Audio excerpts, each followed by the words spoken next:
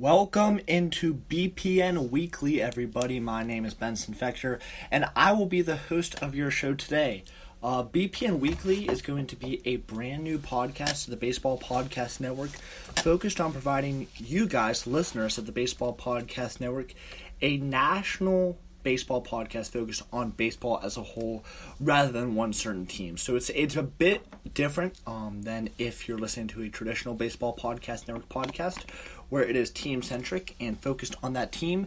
We focus on baseball as a whole, and as you know, the pennant race heats up. We go through all of that, standings, all-star ballot, the whole nine. We do it all here on BPN Weekly. So welcome into the show. Again, my name is Benson Fector, and I will be the host of this show for the foreseeable future. Just a little bit about myself. If you recognize the voice, I also host a podcast, the Pirates podcast, Bucko Booth. I'll try to keep my Pirates bias out of this because, yes, I'm trying to provide the best possible coverage I can for baseball as a whole, and that is the goal here. I mean, again, just a little bit about me as a fan. I'm a huge diehard Pirates fan. Go to tons of games. Just got back from the Pirates-Brewers game this afternoon here in Pittsburgh. And, yeah, I've been in love with the game of baseball for as long as I can remember. And this game has just blessed me in so many ways, both my playing days and as a fan. So I'm super excited to get into this and get into talking national baseball. Because, yes, I love talking about the Pirates. It's my passion, you know. I have the Pirates Instagram account. I run the Pirates, podcast here, the Baseball Podcast Network. But I'm excited to talk about baseball as a whole and really dive into teams that, as a Pirates fan, I don't get to talk about very often, and I don't, get to engage with. So we're also going to try to make this as fan-friendly a show as possible.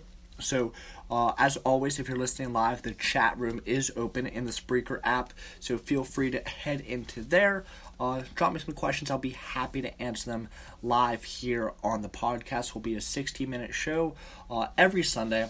Generally around this time, I'm hoping to do like 6 to 7 every Sunday, but that may vary, and we'll let you know on the Baseball Podcast Network Instagram account. So don't worry about that. We will get that all sorted out. And yeah, so just sort of the structure of how this show is going to go. We're obviously going to be talking about sort of the playoffs, what the playoff picture is looking like, and we'll go through sort of how the season has went so far since we're picking up here roughly 60 games into the season, just over the 1/3 mark into the Major League Baseball season. A lot of baseball has been played. And people have separated themselves out, teams have separated themselves, and teams have fallen to the bottom. The MLB draft is also tomorrow, so we may get a little bit of that coverage in as well. So a lot of very exciting things going on in the baseball world, and I am very excited to be the one that provides that to you. So without further ado, let's dive into our first sort of topic of the evening, and that's just looking at the standings. We'll generally do a standings look to see if there's any movers, but we'll just take a look at the standings and see how teams have fared this point in the season. So in the National League East, we have our leaders, the Philadelphia Phillies, sitting at a record of 33-25. In second place are the Atlanta Braves, 32-27, a game and a half back of those Phillies. In third place, we have the New York Mets, 28-30, 5 games back of the Phillies. And that's sort of where I cut off the contenders. So you have the Phillies, the Braves, and the Mets in the East. Then sort of the bottom feeders in the division, you have the Nationals, 26-33, 7.5 back, and the Marlins, 20-36, 12 games back. Going to the Central, the Brewers lead the Central, 34-26. Cubs in second, 31-26, game and a half back. Cardinals are 30-28, 3 back. Pirates are 28-30, 5 games back. That's where I cut off my contenders in the Central. So you got the Brewers, the Cubs, the Cardinals, and the Pirates. Out west, we've got the Dodgers at 40-19. They're going to win that division, no question. I don't really have contenders in that division. In second place, we have the Rockies, 30-27, 9 games back. Third place, Padres, 30-28, 9.5 back. D-backs, 29-30, 11 back. And in the Cellar in the west, we've got the Giants sitting at 24-34, 15.5 games back. Looking at the NL wild card picture, the Cubs and the Braves are tied for that first wild card spot. And Right behind them are the Colorado Rockies, game back. Padres, game and a half back. Cardinals, game and a half back. D-backs, 3 games back. Mets and Pirates, both 3.5 back. And the Cincinnati Reds are 5 games back. So the contenders for me right now in the National League, there's a lot of contenders. So you've got the Phillies, the Brewers, and the Dodgers, obviously. Then you got the Cubs, Braves, Padres, Rockies, Cardinals, Diamondbacks, Mets, Pirates, and Reds. So it will be a very exciting pennant race, and I can't wait to cover all of that right here live on BPN Weekly as the season unfolds. Now moving to the American League standings. In first place in the East, we've got the New York Yankees sitting at 38-19. In second place, we've got the Tampa Bay Rays sitting at 3 games back. That's where I cut off my contenders. It's going to be between the Yankees and the Rays. Sitting in third are the Boston Red Sox, 29-29, 9.5 games back. Then you got the Blue Jays, 21-37, 17.5 games back. And in last in the East are the Baltimore Orioles, sitting at 18-41, 21 games back.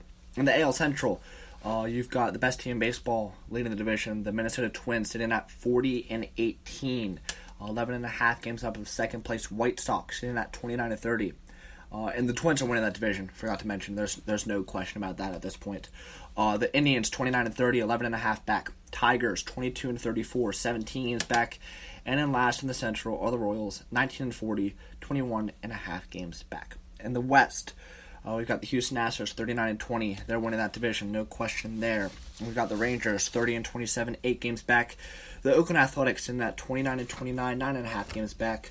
The Los Angeles Angels sitting at 28-30, 10.5 games back. The Seattle Mariners sitting at 25-36, 15 games back.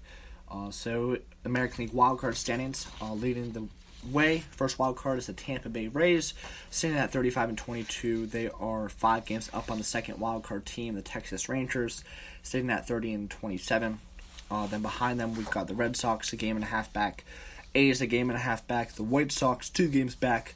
The Indians 2 games back, and the Angels 2.5 games back. So in the American League, it's a bit interesting because the Twins and the Astros are winning the division, but teams like trailing that, like the Rangers have the second wildcard spot.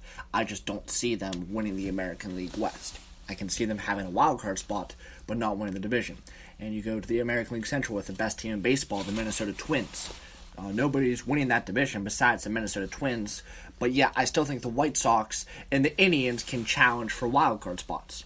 So the contenders in the American League East, really the only division up for grabs, I believe, is the American League East between the Yankees and the Rays. So that's an interesting division. We'll keep an eye on that.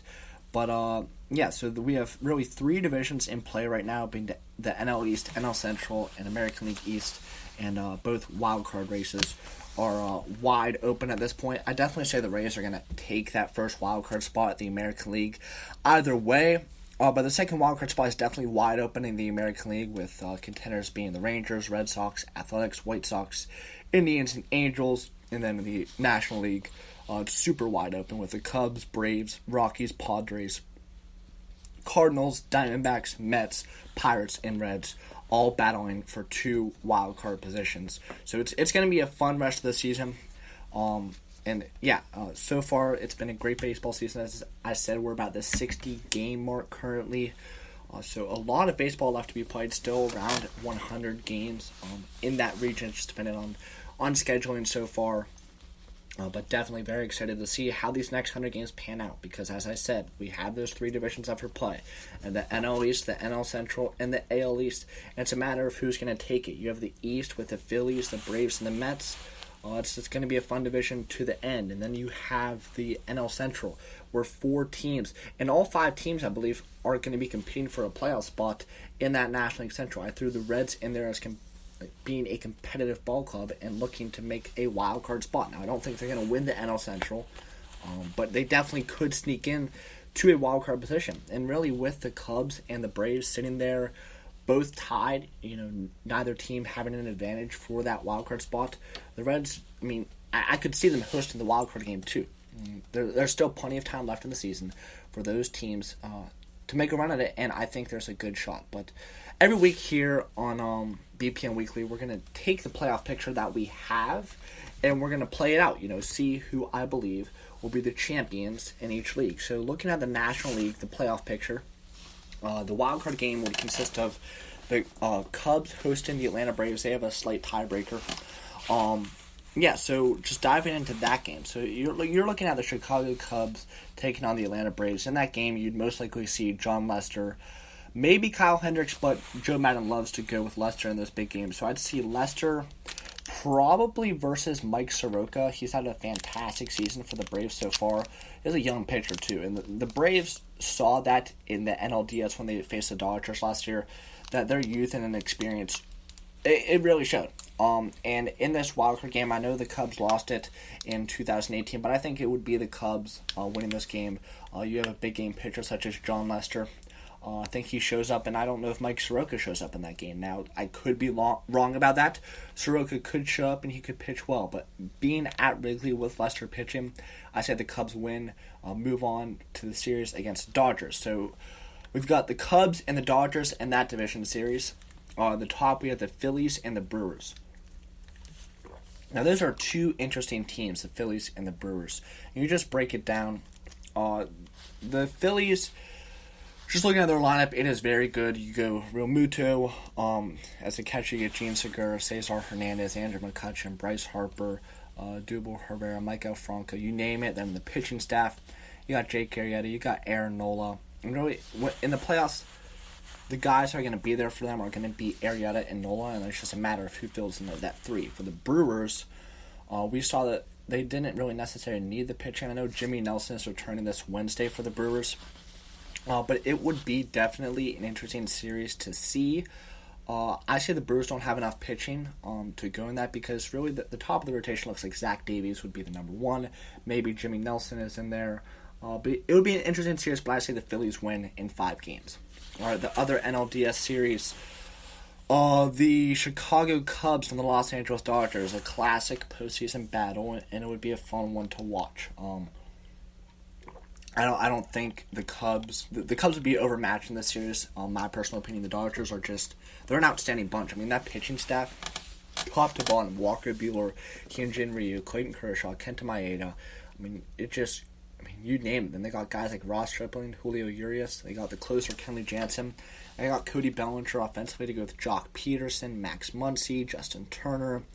I mean, you name it. This team is talented top to bottom. The Cubs don't stack up pitching-wise in this. They've got Lester. They've got Hendricks. Maybe it would be a decision between like Hamels and Quintana. But the Dodgers are just overpowering, in my opinion, and would win the series, I'd say, in 4 games. I'd give the Cubs a game in the series, but Dodgers in 4 against the Cubs and the NLDS. Then we get to the National League Championship Series, which my prediction is the Phillies versus the Dodgers in this National League Championship Series. And again, this would be an interesting series, but still, you use 4 pitchers in the NLCS, right?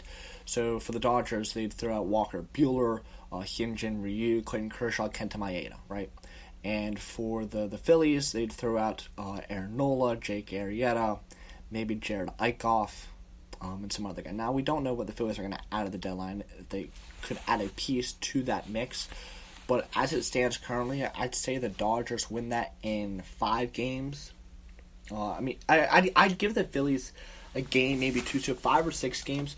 But the Dodgers are just overpowering to every single team in the National League just because of the pitching staff. Pitching wins in the postseason, and the Dodgers clearly have the pitching to go out and win. Dodgers in 5 or 6 headed to a 4th straight World Series. 4th, yeah. So, in the American League picture, in the wildcard game, we've got the Tampa Bay Rays hosting the Texas Rangers. The Texas Rangers are surprising everyone this year. Everyone. And there's been a lot of talks about potential Mike Minor trade, and we're going to talk about that later in the show. Just depending on what the direction the Texas Rangers want to go down. But they have big power in that lineup with Joey Gallo, Nomar Mazara. It's a powerful lineup. But the Rays would obviously counter with a equally solid lineup with the likes of Austin Meadows and Blake Snell on the mound. It would be a Blake Snell-Mike Minor battle, which I think Blake Snell would ultimately win at home. It would be a bit of a throwback battle between those Rays and the Rangers, and not necessarily a classic throwback, but like we're getting like late 2000s in that first decade when the Rays were in the World Series in 2008 and the Rangers. Those were the 2 powerhouses in the American League. So it'd be a fun throwback, but I got the Rays and Blake Snell winning that game. take